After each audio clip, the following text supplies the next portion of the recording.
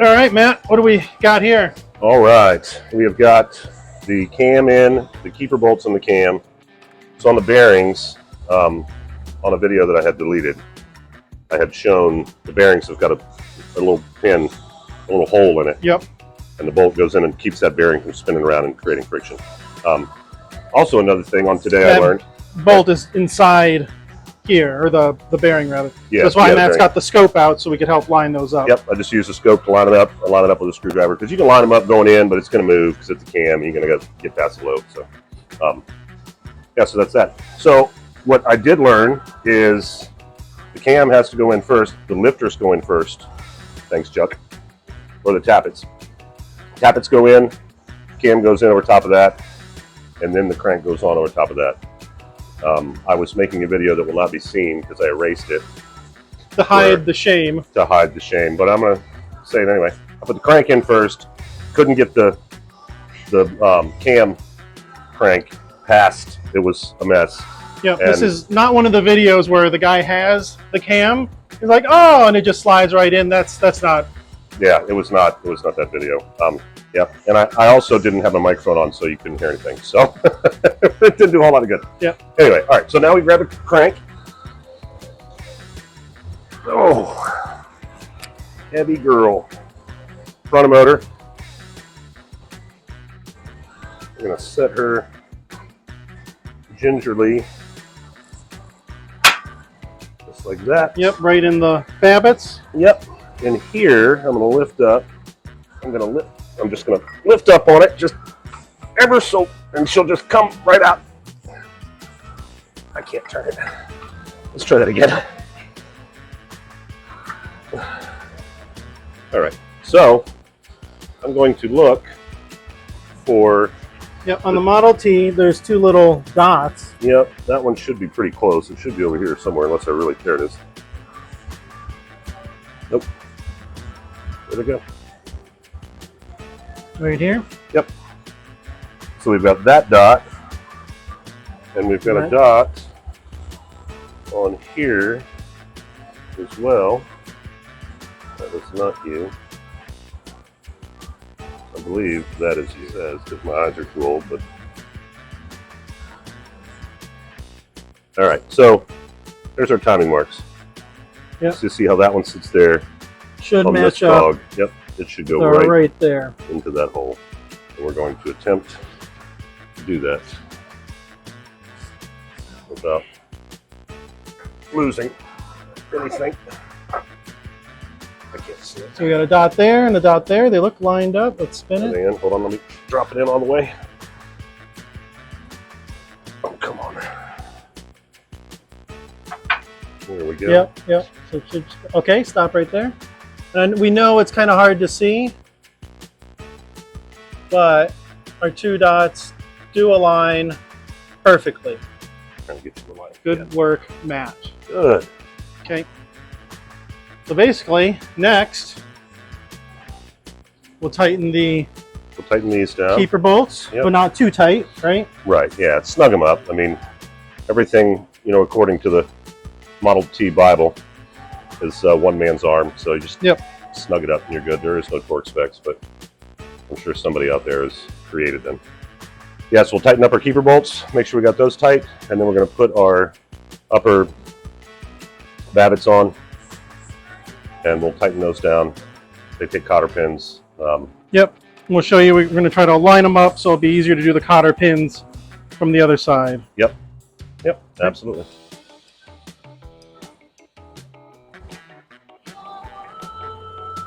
So we've marked these for the front of the motor. Front of motor. Yep.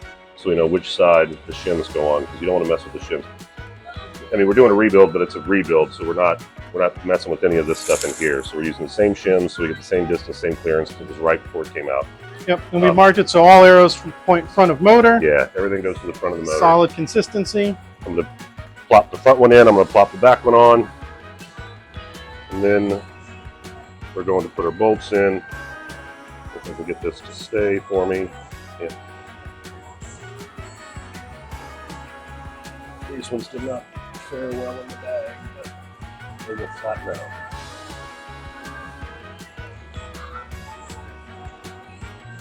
So yeah, so when we took it apart, like we just said, we wanted to make sure that we kept the shims in the right sides and the bearings facing the same direction.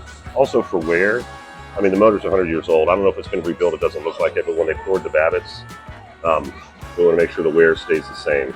So it's going to wear, you know, over time. And if you switch them or you turn around, put it there backwards, it might cause funny wear on the crank. You don't have to replace the crank; they're expensive. So this will prolong the life. Yep. All right.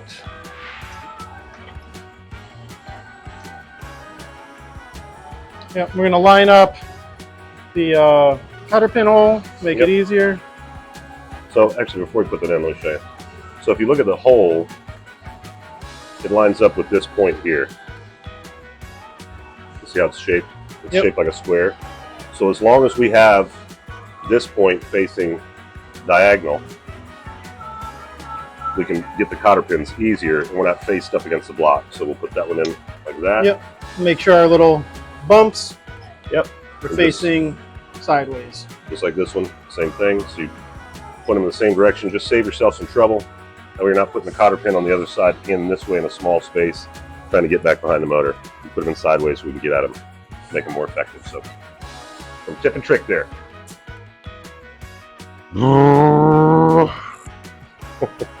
So, yep, we got these guys in. Yep. In and good. And where we've got our little dimples pointing, them all pointing the same side, except for those. Those are up there. Yep. But yeah, so like we said earlier, like Wayne said earlier, you'll see that little nipple right there that tells you the direction of the hole. Yep, be super helpful later. Yep, runs that way. So if you put it this way, you're not getting the cotter pin in through here. Yep, up in there. That's where it is. Yep. Look at that, lined up. So they thought of everything 100 years ago.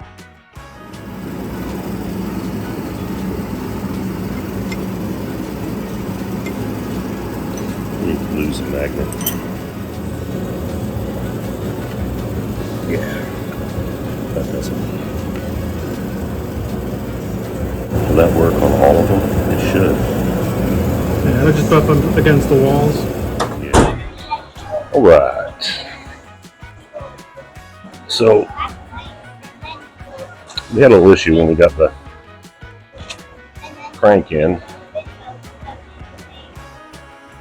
And the pistons, once we got the pistons in and bolted down, it was a little bit hard to turn by hand. So we've adjusted that. We did take some of the cotter pins out, so we're going to redo those cotter pins this morning, right? This afternoon, whichever. Anyway, that's what we're going to do. So, all right. So we need a cotter pin in this one. Charlie Bear? Yeah. There's your pins. The adorable Miss Daphne.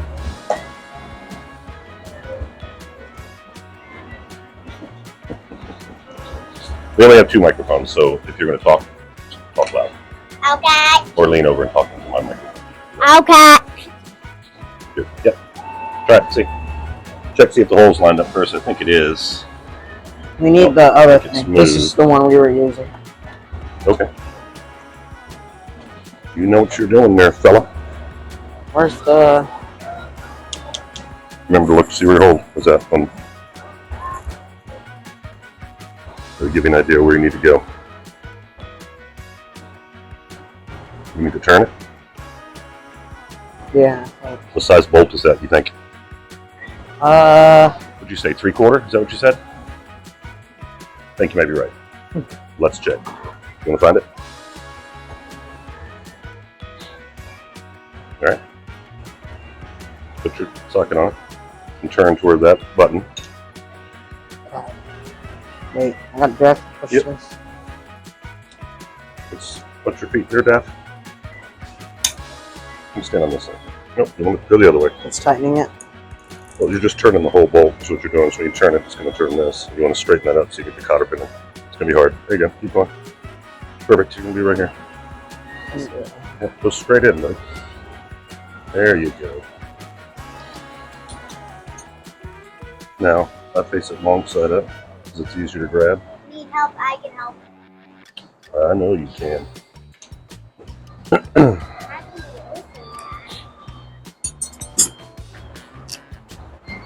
Daddy, How do you open that? What do you mean? How do you open He's bending it, so there you go. It's bending it so it doesn't let the bolt back out.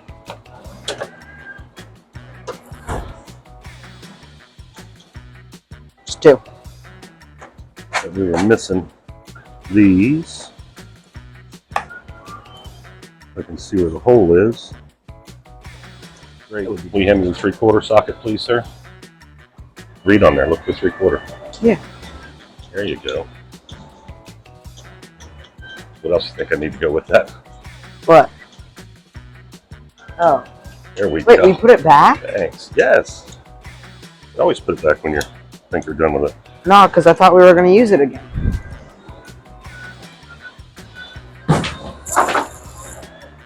Sorry. Yeah. You That's got the it. fan. Okay. So we got all our cotter pins. Good catch. I'm seeing these down here. And them not being on. This one. Yeah, that one we're going to wait till we get it. Probably not in the car, but off the engine stand. So. All right. Oh, what's that? What? Drip. Is it oil? Yeah, it's just the stuff, the lube that I put in there yesterday. Daddy, why is it dripping?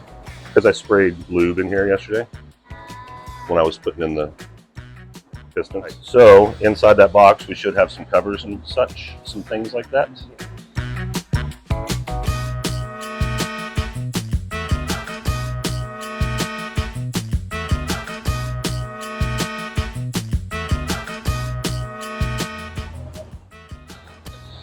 All right.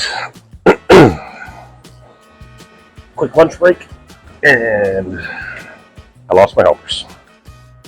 They're all fed up. So we're going to put our cover on. There we go. Makes it much, much easier. This is our front. Covers the cam. Yes, there's a gasket that goes in there. And then this is our back. It goes over like that. And yes, that too has a gasket. So I'll put this on. I can get the timer on. Oil cap. Generator.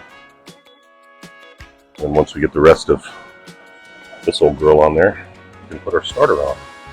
Got our gasket. Goes on like such. So I'm going to put a little bit of gasket maker around here, just so she'll stick.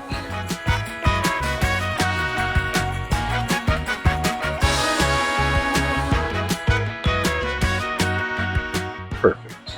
Just as I anticipated. It's going to go on just like this. On this episode of Today I Learned, so this little bolt should have that keeper right there on it for the timer rod, nope, for the wires for the timer, and she's just a little bit bigger. Oh, one man's arm.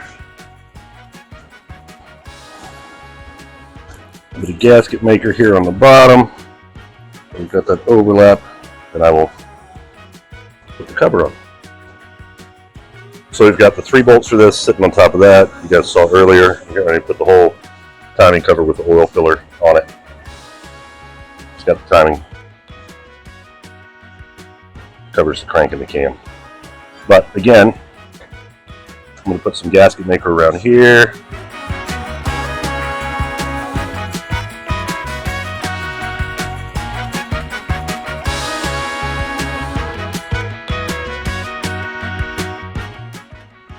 And remember that I have a mic on since Wayne is out of town.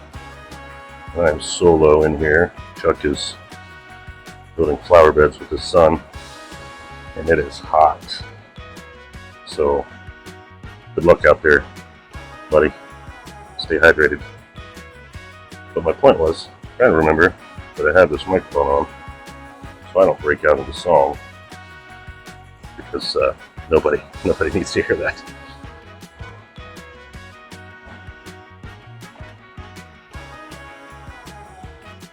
Try putting this on the right way first. Almost like it was made for it. Now shoot. Edit that out, Wayne. Feel free to edit that out.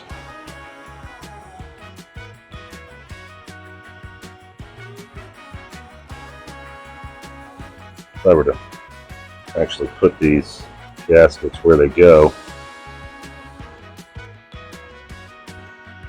I wouldn't have to do it twice to stay in place. Just for a minute. Just for a minute. Less than a minute. There we go. Like a glove. Now we're at the 9/16 stage. No, we're not. No, we're not. Because I had a 1/2 inch. There we go.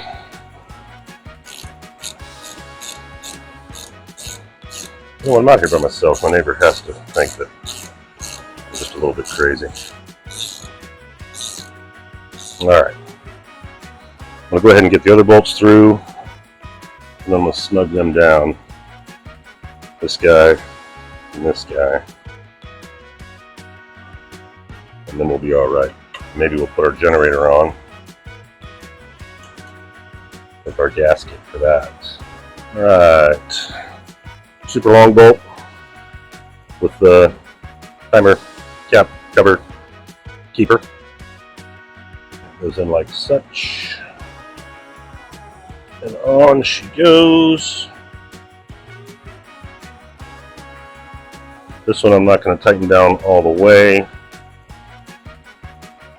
because we need the ability for it to move when we put the timer on, the brushes and all that. I'm excited to put that generator on. It's the one we got from Chuck that he found in his gold mine. I'll probably paint and put this on too. Why not?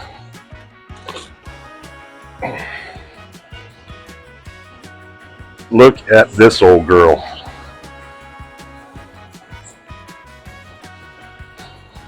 Look at that. We've tested her and she puts out voltage, so she's going to go right there. But for now, I'm going to leave that on, let that gasket sit, because I'll take these bolts back off and those will screw it into it and hold it up. But I don't know if I'm going to do that just yet. We'll let that set up a little bit. All right. So, done a couple little things that I didn't think were worthy putting on the video. The valve cover on, I painted it, painted the oil cap. In the process of me sitting here waiting for paint things to dry and taking a brief moment to cool off, I remembered there's this little gasket. When you get your kit, you get 2 of them. They're felt. And they go, one goes in the bottom pan for the crank, and the other one goes in here in the channel. So now that my gasket maker is good and set up, and I've been sitting here waiting for that to dry, I'm going to go ahead and pull that off and put this in so I don't leak oil from my crank. I wasn't going to video this, but I believe in full transparency.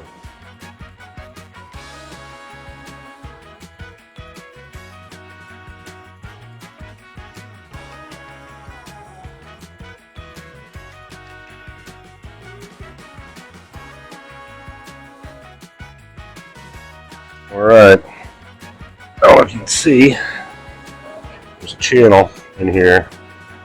This little guy gets wedged down into like that. So simple.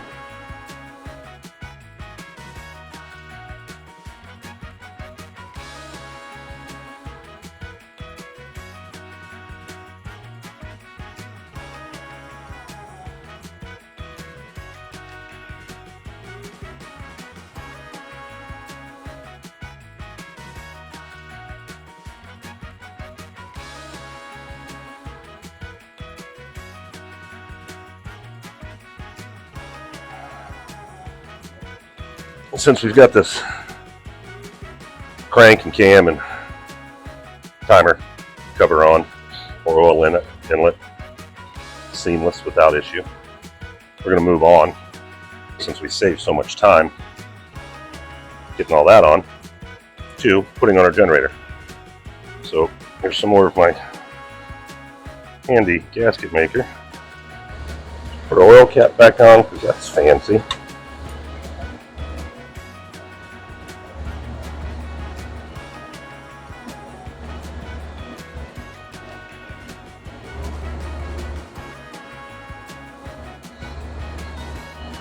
Smush him down on there.